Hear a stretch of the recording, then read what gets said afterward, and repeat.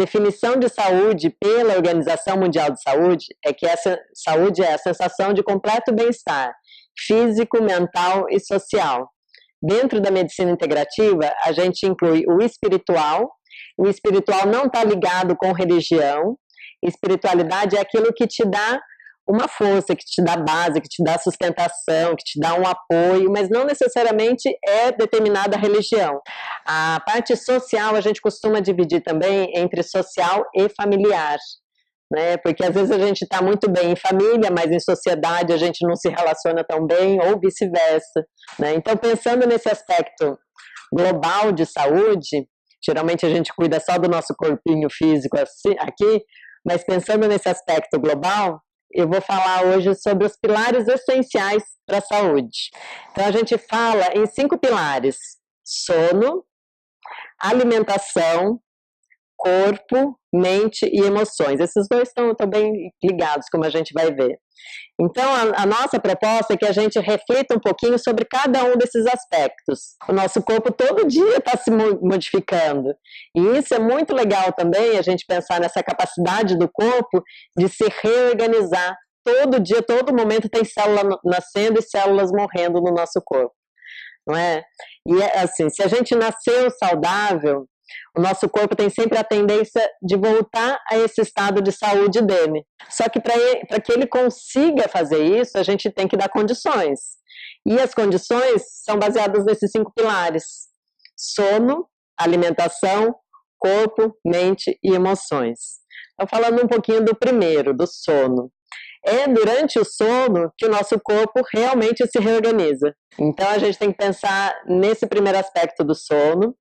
Algumas dicas assim que a gente pode dar. A gente sabe que a melatonina ela é liberada pelo nosso corpo em ambientes bem escuros, por isso que é importante a gente dormir à noite. A melatonina é o hormônio que a gente produz que leva a esse sono de qualidade. Cuidado também com o que a gente come antes de dormir, né? Porque a gente pode sobrecarregar o estômago e daí ele vai ter trabalho durante a noite, a gente pode não ter um sono gostoso.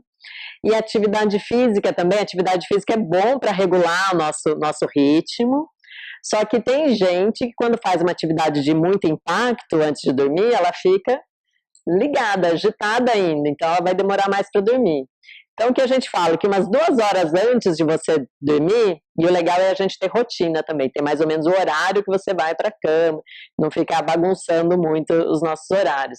Então mais ou menos umas 2 horas antes de você ir deitar, você já começa a se preparar. Já faz uma refeição leve, não deixa o seu estômago pesado, faz uma atividade mais tranquila, faz uma prática de meditação, relaxamento, um yoga, toma um banho gostoso, deixa o quarto bem agradável para que você tenha uma noite reparadora mesmo. E assim, entrando já um pouquinho na parte de alimentação, né?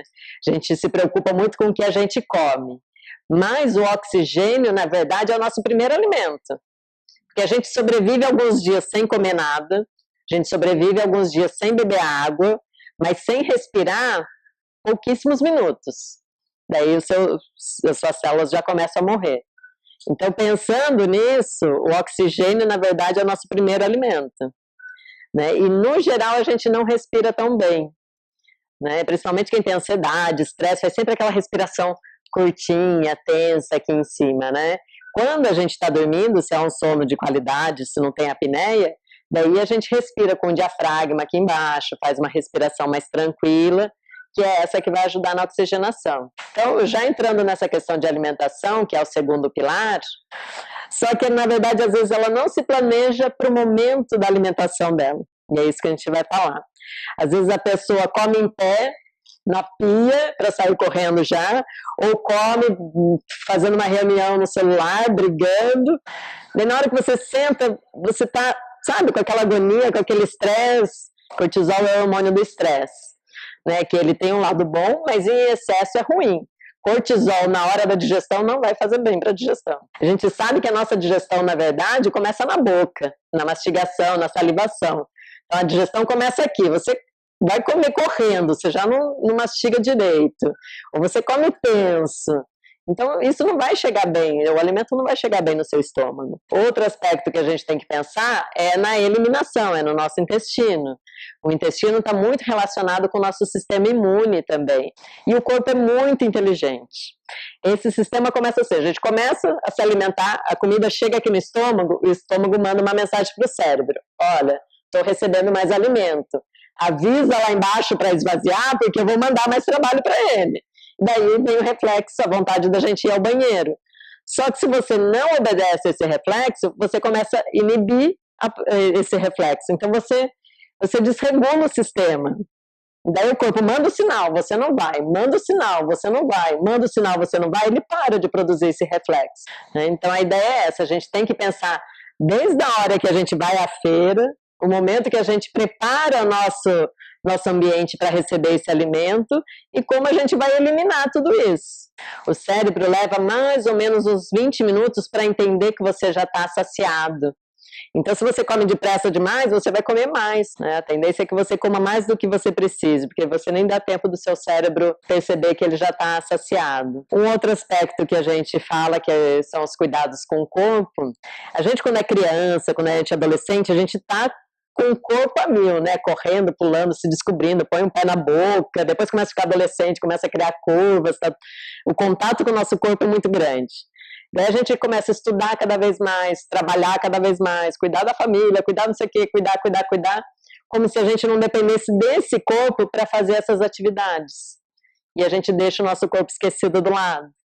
E daí começa a aparecer uns sinaizinhos, né? Uma dor no joelho, uma dor nas costas, algum problema gástrico, insônia. Se a gente não cuida do corpo, uma hora ele vai fazer a gente perceber que ele está ali, que a gente depende dele. O corpo é o nosso veículo. Aqui nessa vida a gente depende, nós somos seres encarnados, a gente depende desse corpinho aqui. Então a gente tem que cuidar do nosso carro, da nossa casa, não é? É a mesma coisa.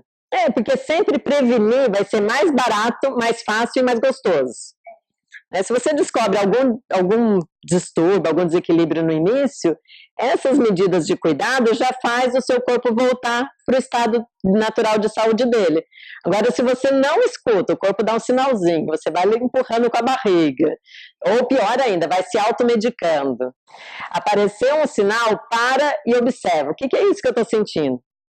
O que eu fiz para causar isso? Será que foi algo que eu comi ontem? Será que eu dormi torto? Será que eu peguei alguma coisa de mau jeito? Né? E o que eu posso fazer para aliviar esse sintoma? Posso colocar uma bolsa de água quente nas costas, ver se relaxa, vou comer algo mais leve hoje para ver se o meu estômago melhora, não é? Se a gente não se colocar em primeiro lugar, se a gente não se colocar como prioridade, a gente não consegue cuidar do outro. Né? A gente vai empurrando, e uma hora o corpo fala, olha, para que agora é o seu momento, você tem que se cuidar. Se a gente não estiver bem, a gente não vai cuidar bem da casa, a gente não vai cuidar bem do marido, a gente não vai cuidar bem do trabalho. E se a gente não se colocar em primeiro lugar, ninguém vai colocar. O outro não sabe o que está se passando aqui dentro, só a gente que sabe. Apareceu um sintoma, observa, tenta descobrir a causa, tenta tomar uma dessas medidas de autocuidado, que daí geralmente se está no início o corpo já consegue se recuperar sozinho. E se persistir, daí você procura um profissional e o profissional vai avaliar se você precisa de um tratamento, se você precisa de um medicamento. Né? Então a gente tem que começar a pensar nisso. E a gente sabe que todo remédio, ele tem efeitos colaterais também, né? Então não é bom a gente ficar, é droga, a gente está se drogando, é uma droga que a gente pode comprar na farmácia tranquilamente, mas a gente está se drogando. Outro aspecto que a gente tem que pensar é a parte de mente e emoções, elas caminham juntas, na verdade. Então, assim, a gente não se preocupa muito, a gente não dá valor para essa questão mental e emocional, mas a gente sabe na pele o quanto isso interfere. Então, a gente tem que aprender a gerenciar o estresse no nosso dia a dia.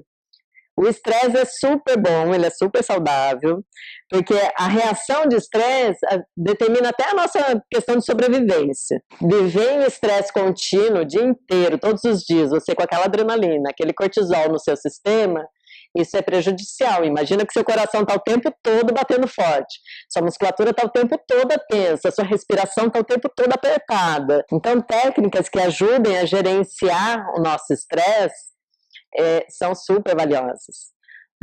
A atividade física, yoga, meditação, massagem, acupuntura, a gente tem muita coisa para fazer antes de precisar realmente de um tratamento médico, de uma intervenção mais séria, né? Então a gente tem que pensar nessa questão de gerenciar o nosso estresse, redimensione os seus problemas. Então quando você recebeu aquele problema, aquela notícia, você vai ficar estressada, pensa que você vai morrer daqui uma semana. Esse problema realmente vai interferir? Vale a pena? Se você tivesse uma semana só de vida, isso é um problema de fato? Ou não é nada tão grave assim, algo que você pode administrar, resolver, vale a pena me estressar por isso ou não, né? E a questão de emoção, bem-estar passa pela expressão da emoção. Só que tem gente que tem mais dificuldade de se expressar, de compartilhar, mas é importante a gente estar junto. É muito melhor. Hoje em dia a gente sabe que uma das sensações de solidão, de isolamento, vem pelo mau uso da rede. Então, às vezes, a gente encontrar a pessoa e falar e compartilhar é muito mais saudável do que só adicionar ou excluir um amigo da internet ou mandar uma mensagem por WhatsApp. Lista na sua mão 5 pessoas aí que você gostaria que tivesse no seu lado no momento difícil. Quem que você vai querer estar do seu lado mesmo? Sabe? Quem que você vai abrir, vai mostrar a sua vulnerabilidade. Então esses são aqueles que vale a pena a gente ligar e falar, olha, faz toda a diferença para mim ter você aqui, vamos marcar um café, vamos isso aqui.